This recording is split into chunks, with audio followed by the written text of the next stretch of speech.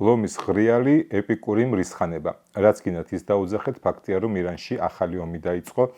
უпростоრეთ ომი იქნება თუ სპეციალური სამხედრო ოპერაცია, ამას ცოტა ხანში ვნახავთ.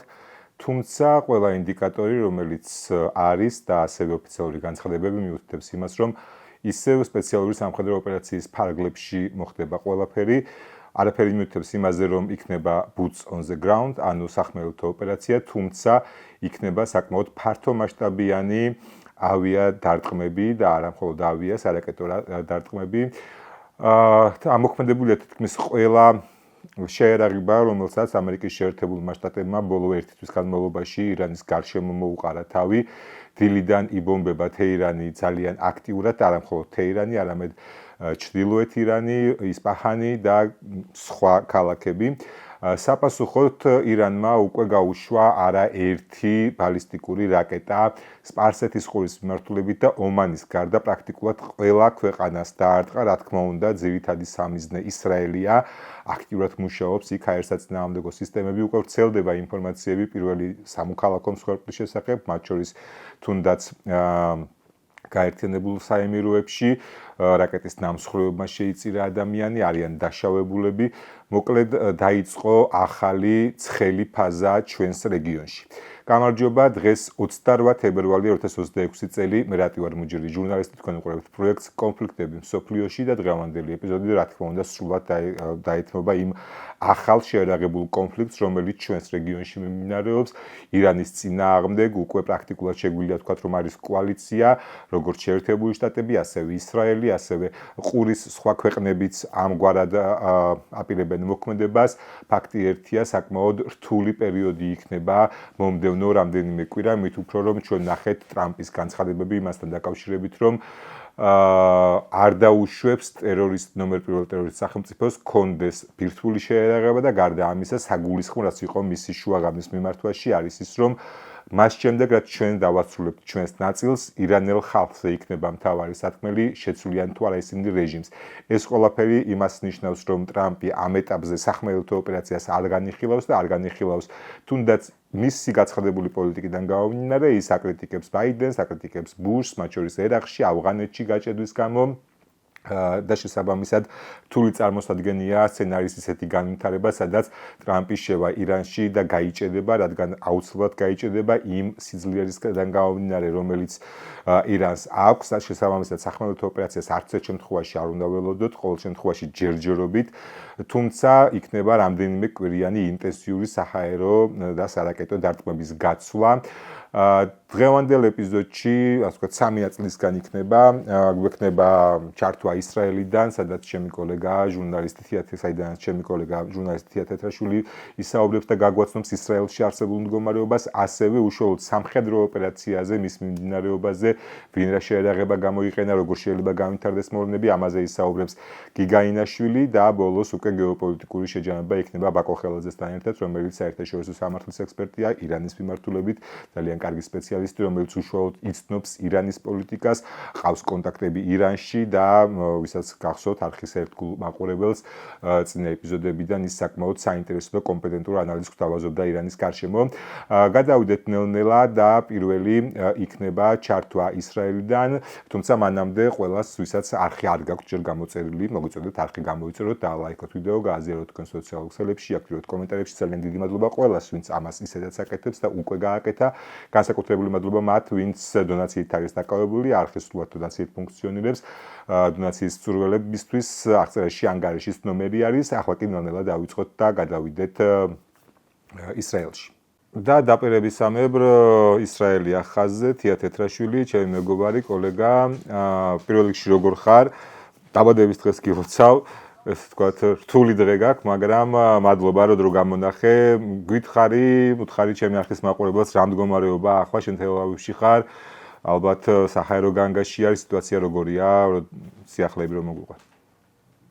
რატი მოგესალმებით, მადლობა მოწვევისთვის და მოლუსვისთვის. ნამდვილად არ ველოდებოდი, რომ ესეთი დაბადების დღე იქნებოდა, მაგრამ ნუ რა ველოდებოდით ჩვენ ამ სიტუაციას, ფაქტობრივად 2 თვეა ვართ აი ამ რეჟიმში, რომ აი დღეს აიხვალ და სიმართლე რომ გითხრათ, დღეს ნამდვილად არ ველოდებოდით, იმიტომ რომ ველოდებოდით კიდევ ერთი რაუნდი ჩაინიშნა, როგორც ვიცი ჟენევაში. მოლაპარაკებების შეერთებულ შტატებსა და ირანს შორის, თუმცა მეხუთე რაუნდი არ დასწალდოთ და აი დაიწყო ის, რაც დაიწყო. სიტუაცია არის საკმაოდ მძიმე, ძალიან დაძაბულია, გეტყვით.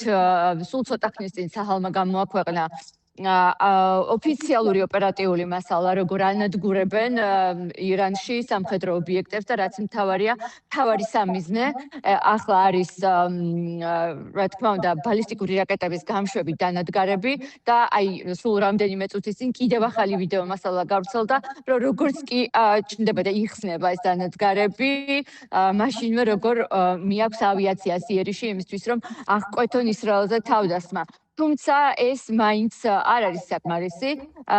ფაქტობრივად ვერ ვასწრებთ თავშესაფარიდან ამოსვლას, რომ ისევ უკან უნდა ჩავიდეთ, ვინაიდან განგაში ირთვება ძალიან ხშირად, ესეთი რამ 12 დღიანი ომის დროსაც არ ყოფილა, უნდა ითქვას სიმართლე და ეს არის მთელი ტერიტორია ისრაელის. ეს არ არის კონკრეტულად რომელიმე ლოკაცია, უკვე ვიცით, რომ არის პირდაპირი მოხვედრა, არ არის ეს არის რაკეტის ნამსხვრევები და ფრაგმენტები, რომლებიც დაეცა საცხოვრებელ სახლს, მაგალითად ჩრდილოეთში. ბუნებრივია არ ვასახელებთ ლოკაციას, ვინაიდან სამხედრო ცენზურა ამას გრძალავს და ჩვენ მკაცრად მივყვებით ამ მითითებებს. საბედნიეროდ მსხვერპლი არ არის, დაშავებული არის 53 წლის მამაკაცი და ახლა გამოაქვეყნა კიდე სამაშველო სამსახურმა განახლებული მონაცემები. არის რამდენიმე დაშავებული ადამიანი, თუმცა ეს ადამიანები მაგალითად დაშავდნენ, როდესაც გარბოდნენ თავშესაფარში და აი ამ დროს მიიღეს ტრავმები. ანუ თუ სწორად გავიგე, რაკეტების დაცემა არ მომხდარა, მოხდა ნამსხვრევების, რომელიც საერთაშორისო სისტემამ გაანადგურა. კი, უნდა ითქვას, რომ ეს თუ ღადასომი იყო და მაშინ რაკეტები მოფრინავდა, ის არის სულ სხვა ტიპის რაკეტები. ახლა ჩვენ საქმე გვაქვს ბალისტიკურ რაკეტებთან, რომელიც 12 ტონამდე იწონის და მისი ფრაგმენტიც კი იმდენად დიდია, რომ დაცემის შემთხვევაში შეუძლია რაღაც რამდენიმე კორპუსი ერთდროულად გაანადგუროს. შესაბამისად, ვრცელდება ძალიან მკაცრი მითითება სამოქალაქო თავდაცვის მეთაურობის მხრიდან, რომ აუცილებლად უნდა დაიცვან ინსტრუქციები. ვიდრე არ იქნება მითითება, რომ ამოდით და შეგიძლიათ დატოვოთ თავშესაფარი, იქამდე მოსახლეობა უნდა დარჩეს თავშესაფარში. ძლიერი აფეთქებების ხმა ისმის, აი დაახლოებით 7 წუთის წინ ამოვედით თავშესაფრიდან და გამოვედით ჩართვაზე თქვენ გადაცემაში, რომ მიმეღო მონაწილეობა და მომეყოლა რეალური სიტუაცია როგორ არის, მაგრამ ეს არის ამოდით, მაგრამ ამოდით შეგიძლიათ დატოვოთ თავშესაფრიდან, მაგრამ დარჩით თავშესაფრის გვერდზე. შესაბამისად, ადამიანები, ვისაც არ აქვს დაცული ტერიტორია და დაცული ოთახები სახლებში ან კორპუსებში, სამოქალაქო და საჯარო თავშესაფართან აი ეს შეგროვილი არიან და არტოვებენ ამ ტერიტორიას, ვინაიდან ნებისმიერ წუთს შეიძლება ისევ იყოს თავდასხმა და მოგვიწიოს ისევ ჩასვლა. რაც მინდა რომ განახლებული ინფორმაციას მოგაწვდით, 160,000 რეზერვისტის მობილიზაცია გამოაცხადა ისრაელის ხელისუფლებამ. ძირითადად ეს არიან სპეციალისტები, რომლებიც მუშაობენ საჰაერო სარაკეტო თავდაცვის სისტემებზე და სპეციალისტები, რომლებიც სამოქალაქო უსაფრთხოებაზე არიან მომართულები, შიდა ფრონტის უსაფრთხოებაზე. ვიცით, რომ აბსოლუტურად ყველა სამაშველო სამსახური არის მობილიზებული, სრული ძალით, ასე ვთქვათ, ყველა კლინიკა და საავადმყოფო არის საგანგებო რეჟიმზე გადაყვანილი. მოსახლეობას მოუწოდეს, რომ განსაკუთრებული საჭიროების შემთხვევაში თავი შეიკავონ, რომ მიაკითხონ კლინიკებს, ვინაიდან ახლა ყველაფერი არის მობილიზებული და საომარ მდგომარეობაზეა გადასული. ასევე საოპერაციო დეპარტამენტები და ადამიანები, რომლებიც მკურნალობენ კლინიკებში, არიან გადასულები თავშესაფარში. ეს არის -1, -2 და -3 სართული, რომლებიც ყველა კლინიკას აქვს და მოუწოდებენ მოსახლეობას, რომ არ მასობრივ თავშეყრას მოარიდონ თავი და იყვნენ მაქსიმალურად ახლოს თავშესაფართან. ასეთი არის ვითარება, აი ახლა ვრცელდება ინფორმაცია, რომ ძლიერი და ინტენსიური იერიში მიმდინარეობს ქვეყნის ჩრდილოეთში, ძალიან მძიმე მდგომარეობა არის ქალაქ ხაიფაში, საპორტო ქალაქში და ამ წუთად გავრცელა კიდე ტრანსპორტის სამინისტრომ ინფორმაცია, რომ ბენ-გურიონის აეროპორტის ევაკუაციის პირველი ნაწილი უკვე შემდგარია და სამოქალაქო თვითმფრინავები გაყვანილი არის უკვე მეზობელ ქვეყნებში. ფრენებიც ბუნებრივია შეწყვეტილია. ფრენებიც ბუნებრივია შეწყვეტილია, საჰაერო სივრცე ჩაკეტილია და არ ხორციელდება არანაირი რეისი. გარდა იმისა, რომ ახლა მუშაობენ საევაკუაციო რეისებზე, იმისთვის, რომ ადამიანები, ისრაელის მოქალაქეები, ვინც არის საზღვარგარეთ, დააბრუნონ ქვეყანაში. რაც ახლა ერთვები ვითვლით სპეციალურად და 5 ადამიანმა გაიარა და 3 მანქანამ. ზოგადად ეგეთი 7 ქუჩაა თუ თავში საფარშია ხალხი და რა განწყობაა ზოგადად? აი ხა დავინახე ბავშვები ანათებია. უჩვეულო სურათია თელ-ავივისთვის. ეს არის ერთ-ერთი ყველაზე დატვირთული ქუჩა, მით უმეტეს ტურისტული ქუჩა, სადაც სულ ხალხმრავლობა და მდებარეობს რამდენიმე საელჩო, აგერ ჩინეთის საელჩოა, იქით არის ბრიტანეთის საელჩო, ამერიკის საელჩო და ესე ჩაყოლებაზე ეს ქუჩა, რომელიც ყველაზე ცოცხალი ქუჩა. ბუნებრივი ადამიანები იცავენ რეკომენდაციებს, რომელსაც სამოქალაქო თავდაცვის მეთაურობა ავრცელებს. ეს არის, რომ თავი უნდა შეიკავონ გარეთ გასვლისგან და მაქსიმალურად ახლოს უნდა იყვნენ ან დაცულ ოთახებთან, ან თავშესაფარებთან. ახლა ყველა ადამიანი არის თავშესაფარებთან თავმოყრილი. აი, კიდევ განგაშია. კაი, მოდი. დაგემშვიდობები და თავს მიხედე. აღარ მოგასდენ თავს მიხედე, კაი. შეგვიძლია გაჩვენოთ რა ხდება თავშესაფარებში, ხო? თუ შეგიძლია კადრის ჩვენება თუ არის ნებადართული? მე შეგვიძლია დაგიტოვა ეს კადრი და მოგიწვა ეს აკი. ერთ-ერთი თოლა.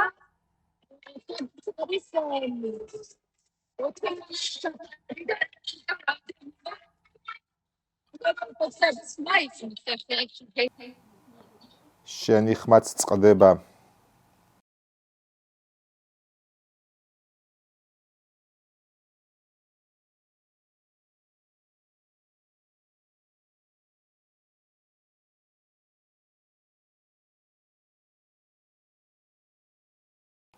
რამდენად უსაფრთხოა ამის ჩვენება? ეს საქართველოში არ იქნება ინტერნეტი და იცისება.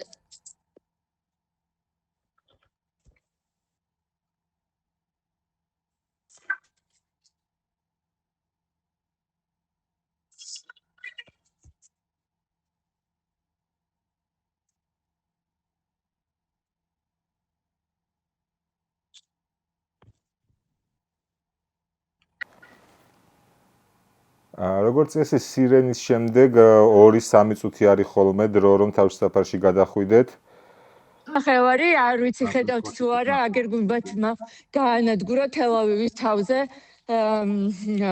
რაკეტა, რომელიც გამოშვებული იყო ირანიდან და ვხედავთ ყვალს ცაზე, გულბათი მუშაობს და ეს არის ეხლა ყველაზე საშიში, იმიტომ რომ ფრაგმენტები ყველაზე საშიშია, როგორც ვიცით, ეს არის ბალისტიკური რაკეტები.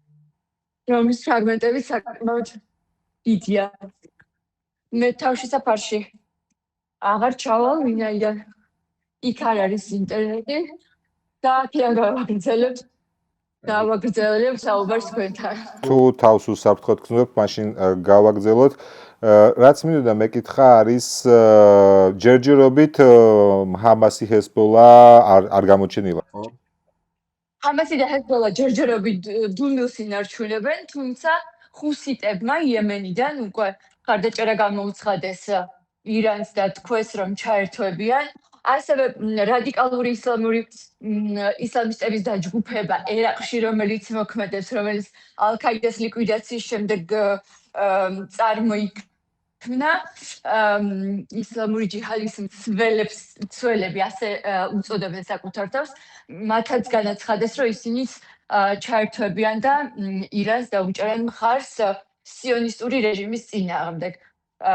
რუსეთის განცხადებას ნახავთ და ალბათ არავის უყურს რა განცხადებებს გააკეთეს, ისე უწოდებენ ავანტურას, რომელიც მათი თქმით ლეგიტიმური ხელისუფლების დასამხობად წარმოიწყო დასავლეთმა და მოუწოდებენ, რომ დაუბრუნდნენ მოლაპარაკების მაგიდას, მაგრამ ეს მოლაპარაკებები, რომ მოლაპარაკებებისთვის იყო და რეალურად არ მოიტანდა შედეგს, ეს ყველასთვის ცნობილი იყო, ვინაიდან ირანის აიათოლების რეჟიმი ამბობს, რომ ბირთვულ პროგრამაზე უარს არ იტყვიან და არც ბალისტიკურ რაკეტებზე ბუნებრივია.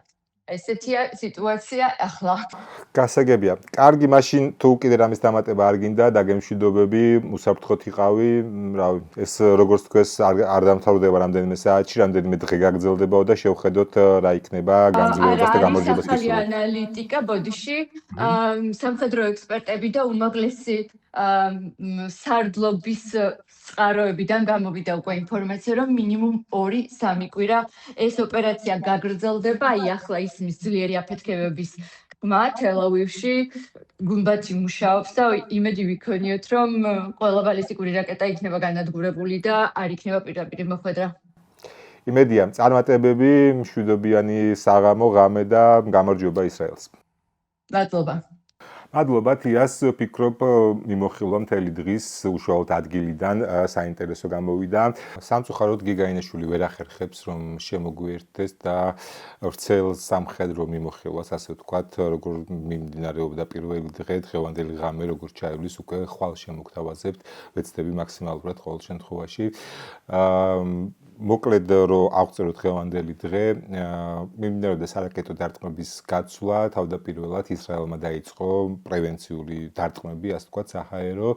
ამას შემდეგ უკვე მოყვა ირანის საპასუხო ბალისტიკური თავდასხმა, ძირითადი სამიზნე, რა თქმა უნდა, ისრაელი იყო, თუმცა ასევე სპარსეთის ყურეში არსებული ომანის გარდა ყველა ქვეყანას მიმართულებით გაუშვა ბალისტიკური რაკეტები თეირანმა ამერიკულ, ასე ვთქვათ, სამხედრო ბაზებზე, გარდა ამისა, მისთვის საინტერესო სამიზნეებზე, ბალისტიკური რაკეტების გარდა შაჰედის ტიპის დრონებიც გაუშვა სამიზნეების მიმართულებით თეირანმა.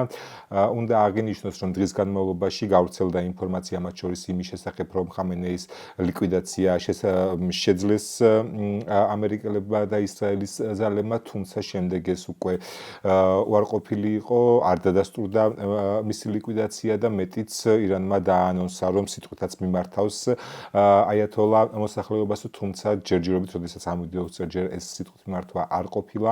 გავრცელდა ინფორმაცია რამდენიმე მაღალჩინოსანი ირანელის ლიკვიდაციის შესახებ, ძირითადად გუშაქთა კორპუსის გენერალიტეტში, ასე ვთქვათ. სხვა მხრივ, ასე ვთქვათ, რომელიმე მაღალი სამიზნე მისი ლიკვიდაცია არ მომხდარა. ყოველ შემთხვევაში, რაც ვრცელდება ინფორმაციები, იქიდან გამომდინარე, ძირითადად ხდება იმ ბალისტიკური რაკეტების გამშვები წერტილების დაბომბვა, რომელიც არის ირანის ტერიტორიაზე განლაგებული, ხოლო თავის მხრივ ირანი ცდილობს ავიაბაზების დაბომბვას სპარსეთის ყურეში. მოსალოდნელია ამაღამ უფრო ინტენსიური იერიში ამერიკის და ისრაელის გაერთიანებული ძალების, გარდა ამისა არაბთა გაერთიანებული საემიროები, საუდის არაბეთი აცხადებენ, რომ ისინი ჩაერთვებიან საბრძოლო მოქმედებებში, ასევე ყურის სხვა ქვეყნებიც აპირებენ. ნახოთ დღევანდელი ღამე როგორ ჩაივლის და როგორც გითხარით, ვეცდები, რომ ხვალ უკვე უფრო ვრცელი სამხედრო მიმოხილვა შემოგთავაზოთ გიგაინაშვილთან ერთად, რაც უნდა აღინიშნოს, როგორც გავრცელდა ინფორმაცია, ირანმა დღეს საღამოს ფათაჰ-1-ის ჰიპერბგერითი რაკეტაც გაუშვა სავარაუდოდ ისრაელის მიმართულებით. მოკლედ დღევანდელმა დღემ ასე ჩაიარა, ყოველ შემთხვევაში გაცხადებულად რომელიმე მაღალი რანგის სამიზნე ჯერჯერობით ლიკვიდირებული ირანში არ არის, თუმცა ვიცით, რომ როგორც ამერიკელები, ისევე ისრაელის წარმომადგენლები, ეს სწორედ ფათაჰის კადრები არის, ამბობენ, რომ საბრძოლო მოქმედებები გაგრძელდება რამდენიმე კვირას, ახლა კი გადავიდეთ უშუალოდ გეოპოლიტიკის ნაწილზე და ბაკო ხელაძე შემოგვიერთდება. და უკვე დროა დიდი გეოპოლიტიკის რა გავლენას იქონიებს რეგიონზე ირანის ომი, რა გეოპოლიტიკური ცვლილებები შეიძლება ამან გამოიწვიოს, რა რეაქციები ვნახეთ, მათ შორის რუსეთის, ჩინეთის, რაზე მიუთითებს ეს ყველაფერი, გველოდება თუ არა ჰუმანიტარული კატასტროფა ჩვენ საქართველოს, იქიდან გამომდინარე, რომ ირანთან ძალიან ახლოს ვართ და არ არის გამორიცხული იყოს ირანელი ლტოლვილების ძალიან დიდი ნაკადი საქართველოს საზღვრებთან, როგორ შეიძლება ამას გავუმკლავდეთ და როგორი არის და შეიძლება იყოს ქართული ოცნების პოლიტიკა ამ მიმართულებით, ამ თემებზე ვისაუბრებ ბაკოსთან. გამარჯობა აბაკო, მადლობა რომ დრო გამონახე. დავიწყოთ პირდაპირ რა შეგვიძლია ვთქვათ პრაქტიკულად რაღაცა პირველი ეს დარტყმა გადაიარა, ძირითად დარტყმას როგორც განცხადებებიდან ირკვევა, მაინც ღამე უნდა ველოდოთ, ახლანდელ სიტუაციაზე რა შეგვიძლია ვთქვათ, როგორ შეგვიძლია მოვლენები შევაფასოთ. ხდება თუ არა ყველაფერი ისე როგორც პრინციპში მოსალოდნელი იყო, მით უფრო რომ აი ეს მოლაპარაკებები პრაქტიკულად ასა მოლაპარაკებებისთვის მიმდინარეობდა როგორც ირკვევა. ყველაფერი ისე მიდის, როგორც პრინციპში თავიდან განვიხილავდით და წარმოგვიდგინა, როგორ შეიძლება განვითარებულიყო პროცესები აი იმ ბოლო პროტესტების შემდეგ. რასაც ვამბობდით, აი ისე უკან რომ დავბრუნდეთ და მოკლე შეჯამება რომ გავაკეთოთ იმის. მოკლედ ვიძახდით, რომ პროტესტს და შიდა მუხტს ექნებოდა გადაწყვეტი მნიშვნელობა, მაგრამ ამას დაჭირდებოდა გარედან ჩარევა. აი ეს მოლაპარაკებები თითქოს რაღაცა ფანჯარა გახდა, მშვიდობის ფანჯარა, კიდევ ერთმანეთს მისცეს რაღაცა შანსები, მაგრამ საბოლოო ჯამში ისევ დავუბრუნდით აი ამ პირვანდელ ვერსიას, რაც ჰქონდა, იმიტომ რომ დღეს ტრამპის გამოსვლა ვინც ნახა, ძალიან ხოლმე თქვა ტრამპმა, რომ ჩვენ გავაკეთებთ ყველაფერს იმისთვის, ჩვენ ამ რისკს ავიღებთ ჩვენ თავზე, მაგრამ ძვირფასო ირანელებო, განარჩენი არის თქვენი გასაკეთებელი. ჩვენ გავანადგურებთ სტრატეგიულ მნიშვნელობის ობიექტებს, მაგრამ ძალაუფლება თქვენ უნდა აიღოთ ხელში. საბოლოო ჯამში ყველაფერს მაინც შიგნით იტყვის მოსახლეობა. ამასთან ერთად ამაში ჩანს ისიც, რომ ამერიკა, როგორც ადრე ვამბობდით და აღნიშნავდით, აღარ არის ის ქვეყანა, რომელიც 20 წლის წინ, უფრო მეტი გავიდა, ხო, 25 წლის წინ ავღანეთში შევიდა, ერაყში შევიდა და იქ 20 წლით დარჩა, რამდენიმე ტრილიონი დახარჯა და ასე შემდეგ. ეხლა აქვს საკმაოდ მოკლევადიანი, საკმაოდ გამოკვეთილი მიზნები და ამ მიზნებს ახორციელებს და ირანში ზუსტად ასე იქცევა. ამ მომენტში ეხლა რაც გვაქვს ინფორმაცია პირველივე დილით რაც ვნახე, როცა იყო იქ პირველი ფოტოები და ვიდეოები რაც ნახე, გასაგები იყო, რომ ცენტრალური თეირანი იყო, ეს ენღელები, ჯომჰურის მიმდებარი ტერიტორიები, სადაც ტრადიციულად განლაგებულები არიან ხოლმე აი ეს ძირითადად აი სამთავრობო და სხვადასხვა ინსტიტუციები. და თავიდანვე გასაგები იყო, რომ ინსტიტუციებს ურტყავდნენ. იქ ლაპარაკი იყო, რომ დაარტყეს მოკლედ ხამენეის წარმომადგენლობას, მაგრამ ეს ბევრს არაფერს არ ამბობს, იმიტომ რომ ეს წარმომადგენლობა არსებობს უკვე რამდენი ხანია, მაგრამ ბოლოს ალბათ ხამენეი არავინ არის იქ როდის იყო. მაგრამ მნიშვნელოვანია ისიც, რომ ამ დაბომბვის წერტილებთან აი რომ დაუღრმავდებით, იქ ასევე ლაპარაკი იყო, რომ თეირანის ჩრდილოეთ აღმოსავლეთში იყო დარტყმები, რაც უკვე იმისკენ მიუთითებს, რომ რეალურად მართლაც არის ხამენეიზე ნადირობა, იმიტომ რომ ზუსტად ამ მიდამოებში ცხოვრობს ხამენეი. ჯერჯერობით ესეთი დადასტურებული არ ვაქვს, როგორც ვიცით, ხო, ვინმე ესეთი ოფიციალური ფიგურა გარდაცვლილია თუ არა, მაგრამ ამასაც მალე გავიგებთ, თუმცა ხამენეი პრინციპში როგორც ამერიკელები და ზოგადად როგორც ყველა ელოდა, რომ ესე მოხდებოდა, ირანელებიც ამას ელოდნენ, ამიტომაც სადღაც 4-5 დღის წინ ხამენეიმ პრაქტიკულად გადასცა ძალაუფლება ალი ლარიჯანის, როცა ის გამოაცხადა, რომ ომის შემთხვევაში ის აიღებდა პასუხისმგებლობას ქვეყნის მართვაზე და ქვეყნის გაძღოლაზე. ლარიჯანი ეხლა არის უშიშროების საბჭოს მდივანი. და საუბარი არის, რომ უკვე ჩამოყალიბებული ქონდათ ირანელებს სტრუქტურა, როგორ უნდა იმართოს ომის პერიოდში ქვეყანა, იმ შემთხვევაშიც კი თუ ალი ლარიჯანის მოკლავენ, ვინ უნდა ჩაანაცვლოს. ერთგვარი ეს სტრუქტურა დალაგებული არის უკვე და ყველაფერი ნათელი არის თვითონ შიგნით. ანარჩემს ნახავთ ეხლა როგორ განვითარდება. ერთგვარი ტრამპმაც ხო ულტიმატუმი მისცა ხო დღეს ძალოვნებს და უთხრა რომ დაყარეთ იარაღი, გადმოდით ხალხის ხარეზე, თორე ვინც ამას არ გააკეთებს, ან კაც პასუხს მიიღებს. მაგას არ უნდა ველოდოთ რეჟიმის ბუნებიდან გამომდინარე, ცხადია, თუმცა აი ერთგვარად ეს გადაწყვეტილება რამდენად შეიძლება ნიშნავს იმას, რომ ის რაღაცა ქვეყანას დატოვებს, თუ უბრალოდ ბუნკერში გამაგრდება, ანუ აი ეს რომ პრაქტიკულად რაც ჩვენ თქვი ძალაუფლება გადაცა, რამდენად ნიშნავს იმას, რომ მან ასე ვთქვათ ხელები დაიბანა და რაღაცა სხვა ქვეყნიდან დააკვირდება მოვლენებს. არა, არანაირად არ ნიშნავს ეს, რომ ხელები დაიბანა, ან იმას რომ ვთქვათ სხვა ქვეყანაში შეიძლება გაიქცეს. არის მქონია საუბარი სხვა შორის იმ ხალხთან, ვისაც შეხება ქონია ალი ხამენეისთან და პირადი საუბარი ქონია მასთან და დაახლოებით იციან როგორი ადამიანია, რანაირად აზროვნებს და ასე შემდეგ და ამბობენ რომ ну კი ხო არის ესეთი მოსაზრება რომ აი ამ შიიტურ იდეოლოგიას იყენებენ საზოგადოების სამართავად და მათი თვალის ასახავად, მაგრამ აი ვისაც ქონია ხამენეისთან გადაკვეთა და რაღაც საუბარი, უთქვამთ რომ ამ ადამიანს მართლა ჯერა აი ამ იდეოლოგიის, ამ შიიტური იდეოლოგიის და მზად არის რომ ამისთვის მოყვდეს. თუ ამ ხალხს დაუჯერებთ, ალბათ ნაკლებ სავარაუდო არის რომ არა რეალურად აი რო გადავხედოთ როგორც იქცევა, აი ეს ირანის საგარეო პოლიტიკაში, საშინაო პოლიტიკაში მართლა აი რაღაც რაციონალური მარცვლების პოვნა ხშირ შემთხვევაში ძალიან რთული არის. ან თუ არ შევხედავთ რაღაც აი მართლა ცოტა რელიგიური, ცოტა მისტიური თვალსაზრისით, მართლა რთული არის რომ ახსნა რაღაცები, რატო იქცევიან ხოლმე და რატო იღებენ კონკრეტულ გადაწყვეტილებას ერთის მხრივ თითქოს აი ძალიან მარტივ სიტუაციებში. ამიტომ ვფიქრობ რომ ხამენეი არ წავა და როგორც ალბათ მართლმორწმუნე შიიტი მიიღებს ამ გამოწვევას და ხომ შიიზმში შაჰიდობა და ზოგადად თავის შეწირვა ეს არის წმინდათა წმინდა. ეს არის აყვანილი ყველაზე მაღალ საფეხურზე. ანუ შიიზმი არის მიმდინარეობა, სადაც 12 იმამიდან ესე იგი ყველა გარდა ბოლოსი მოწამეობრივად აღესრულა. და ეს მოწამეობრივად ზოგადად სწრაფვა მოწამეობის მიმართ აი შიიზმში აი კოდში აქვს ჩადებული. ამიტომ აი ხამენეი შეიძლება ამას უყურებს როგორც ერთის მხრივ აი რაღაცნაირად წყალებში ღმერთისგან დალოცვად რომ შეიძლება ისიც შეუერთდეს აი ამ წამებულების რიგს და შეიძლება ხელიდანაც არ გაუშვას ეს შესაძლებლობა. ტრამპის განცხადებას რო დაუბრუნდეთ, ჩვენსაც გავაკეთეთ და მე დიდებულმა ირანელმა ხალხმა უნდა აიღოს ძალაუფლება ხელში. რამდენად შერჩა ირანელ ხალხს აი ეს ძალა, მით უფრო ჩვენ გვახსოვს როგორ სისხლში ჩაახშვეს ის პროტესტი და მაინც თუ არსებობს გარკვეული ძალა დარჩენილი საზოგადოებაში, რომ თქვათ იგივე სამხედრო ოპერაციის დასრულების შემდეგ რაღაცა პროტესტის ახალი ეტაპი მივიღოთ.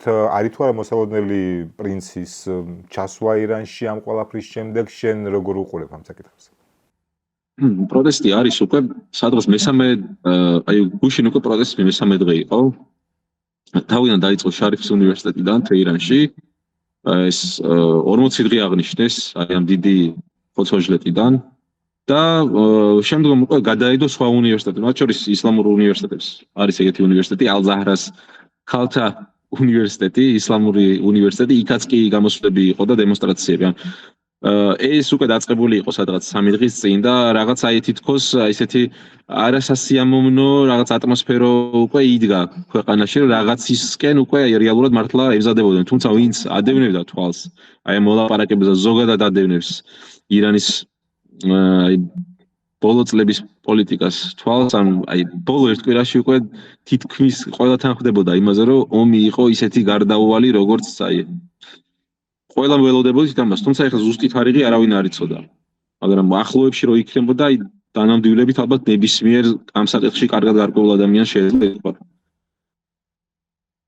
პროტესტი ხო არ შეწყვეტილა ერთი ამ შეგვიძლია ვთქვათ, მაგრამ ნახოთ, აი ეხლა რა რეაქციები მოყვება. ანუ რეალურად ისე აღარ არის ეხლა რომ მარტო ამერიკელები და ან ისრაელი დგას ერთ მხარეს და მეორე მხარეს ირანი. აქ გამოჩნდა რომ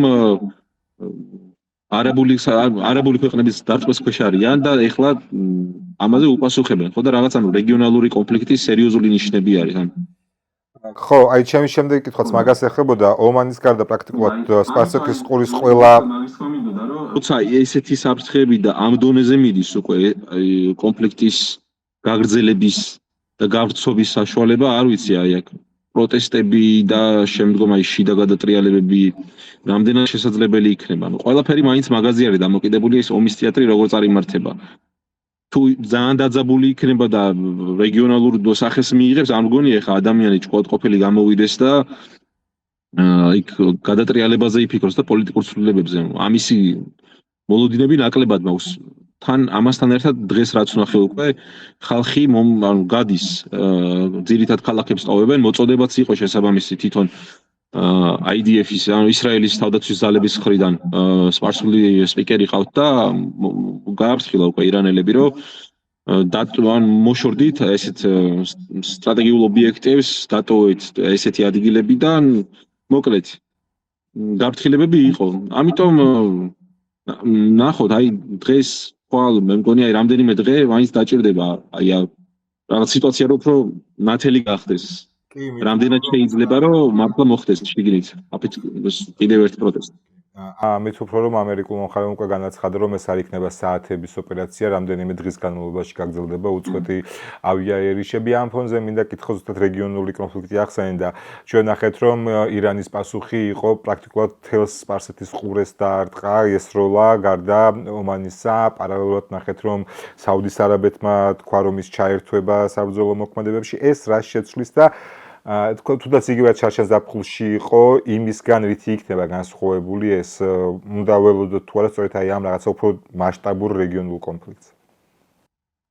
ნუ ნიშნები ხო ფაქტია უკვე დღეს არის საუდის არაბეთი უერთდება ამ კოალიციას და მზადყოფნას გამოთქვავს. ჯერჯერობით არ ვიცით რას გააკეთებს ემირატები, ყატარი. ალბათ მათაც ექნებათ შესაბამისი პოზიციები და რეაქციებიც. პლუს ამას მნიშვნელოვანია იქ თურქეთი როგორ მოიქცევა და რაც ყველაზე უფრო მნიშვნელოვანია აი ჩინეთი და რუსეთის პოზიციაც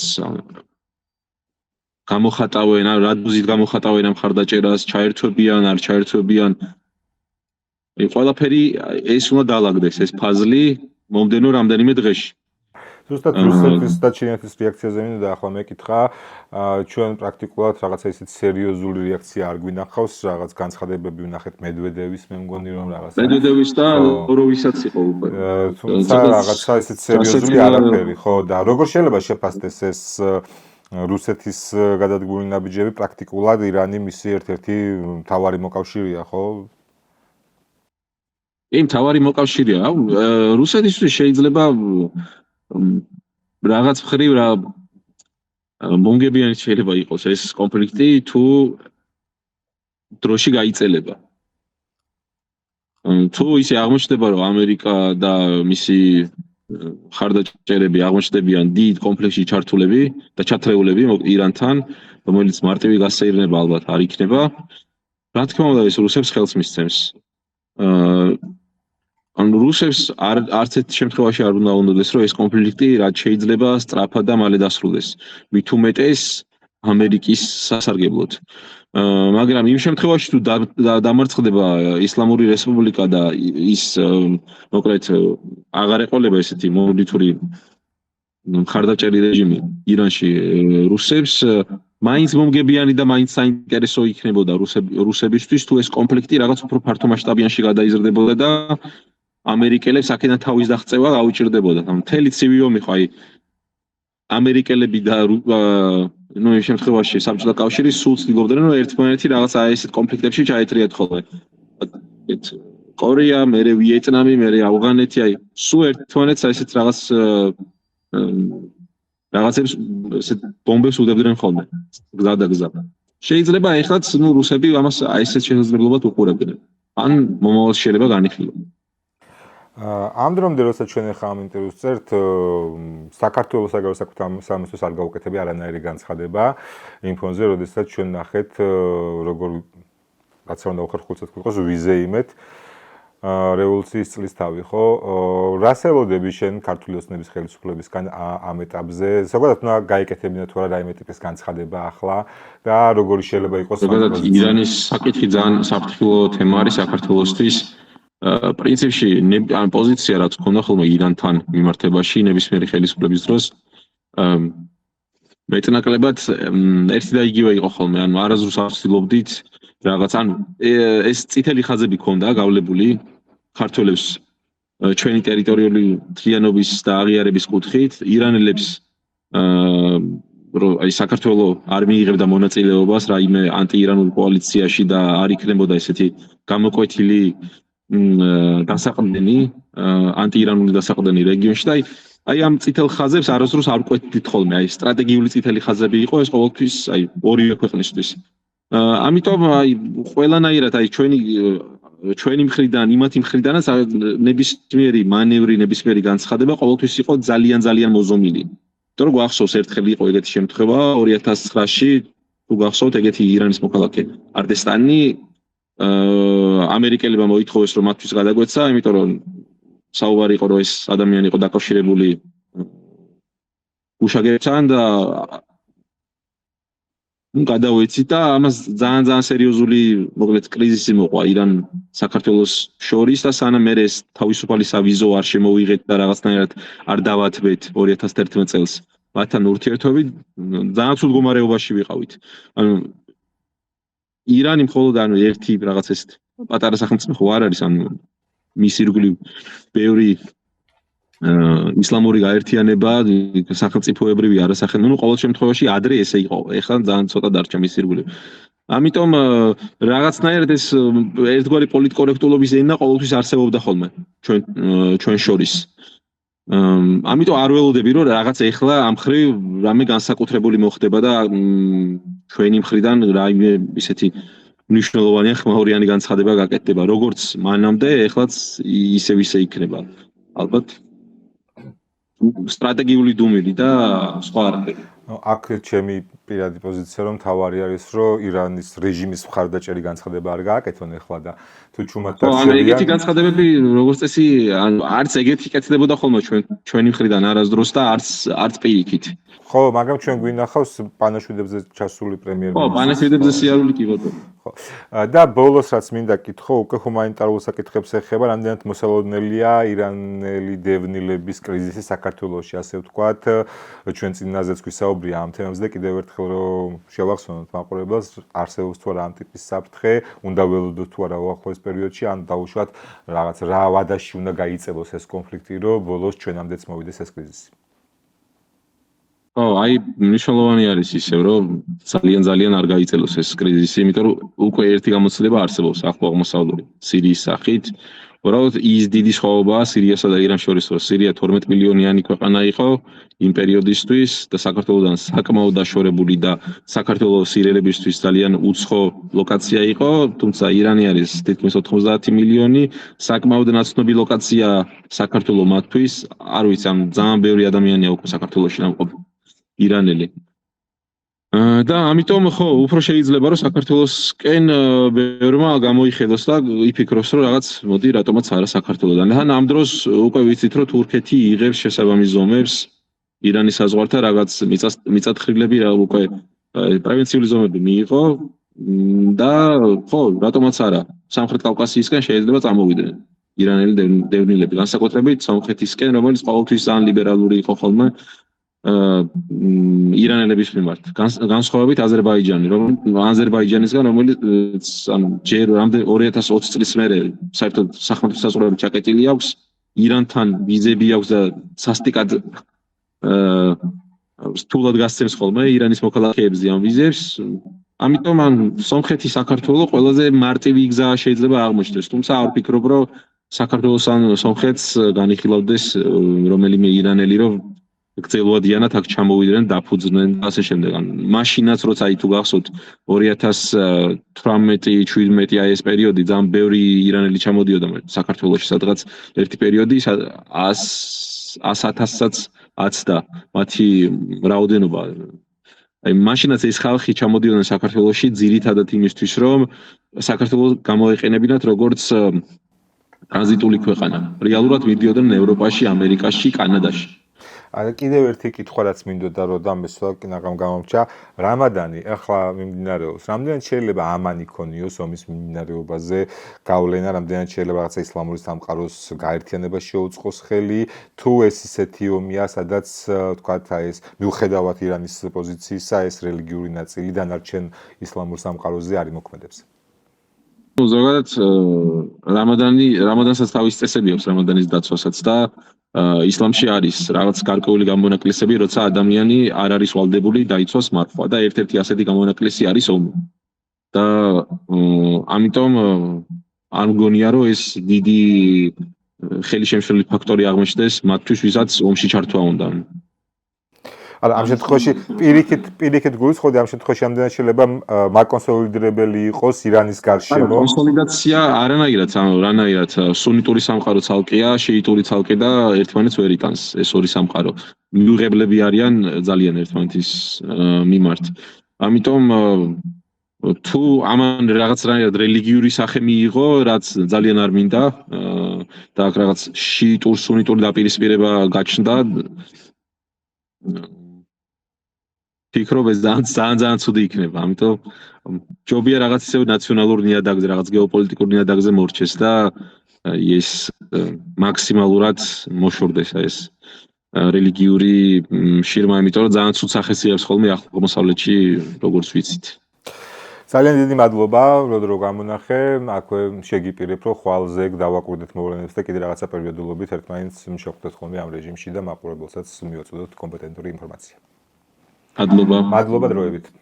ასეთი გამოვიდა დღევანდელი ეპიზოდი, რა თქმა უნდა, გავაგრძელებ ირანზე დაკვირვებას, მით უფრო რომ ყველა წინაპირობით რამდენიმე საათში არა და არც სავარაუდოდ რამდენიმე დღეში არ დასრულდება ეს ყველაფერი.